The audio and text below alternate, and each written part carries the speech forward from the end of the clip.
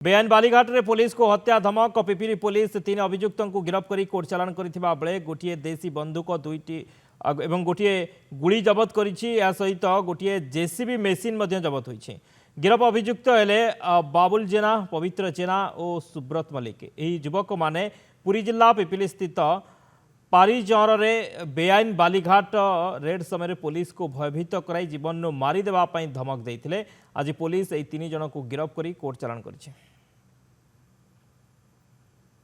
जितेबले police special quad जितेबले गले चढ़ऊ करने बंदूक धरिकी आक्रमण कले एवं मारणास्त्र विभिन्न प्रकार मारणास्त्र से गच्छित अच्छी बोली पुलिस जानिया को पाइला। बम ठार आरंभ कर जेते प्रकार मारणास्त्र थाई पारे पुलिस ऑन दी स्पॉट 3 जन को गिरफ्त करिछि एवं तांको नारे एफआईआर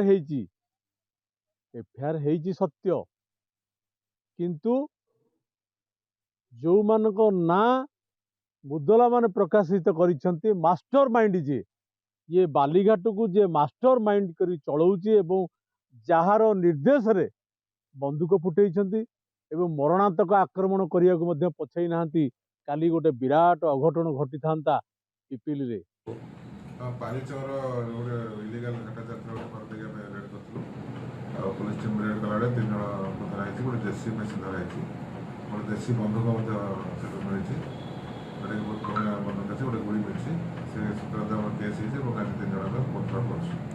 देखो आमे तो रेगुलरली रेड करछु, माइंस प्रयोग करछु, माइंस आमे भी करछु, चलछि रेगुलर मोर एनफोर्समेंट चलछि।